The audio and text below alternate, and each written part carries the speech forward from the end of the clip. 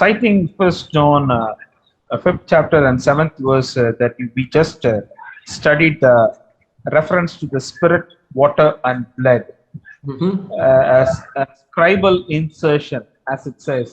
He Yes. asked, there are three that bear witness in heaven: Father, Son, and Holy Spirit. Are Yes. these not three? They are three, but that verse itself is not there in the more reliable ancient manuscripts. Okay, so when the King James was written, okay, in the 1600s, they used a particular manuscript, which is a more recent manuscript as compared to the manuscripts that they unearthed later on after the 1600s as archaeology improved. Okay, so there are more ancient manuscripts based on which the modern translations are directly derived from, and there are also different translation mechanisms that are used, and the latest one is called the dynamic equivalence. Okay, it's not word for word, it's not phrase for phrase, it's not thought for thought.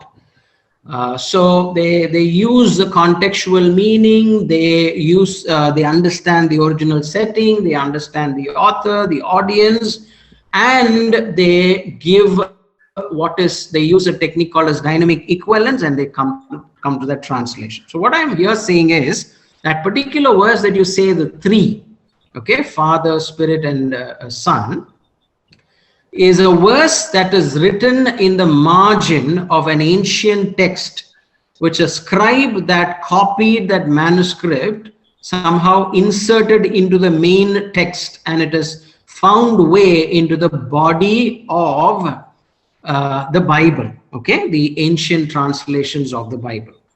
And so in the modern translations of the Bible, if you have one right now in your hand, or you can check on the web, you will find that either after this particular verse that you're mentioning, there'll be an asterisk which says this is absent in most of the ancient manuscript.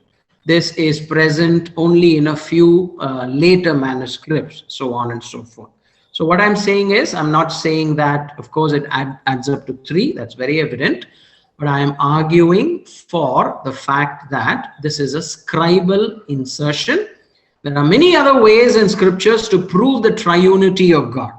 Okay, and this one particularly is a very hotly contested one that we should not try and make use of readily, thinking it's advantageous, because it is not originally inspired.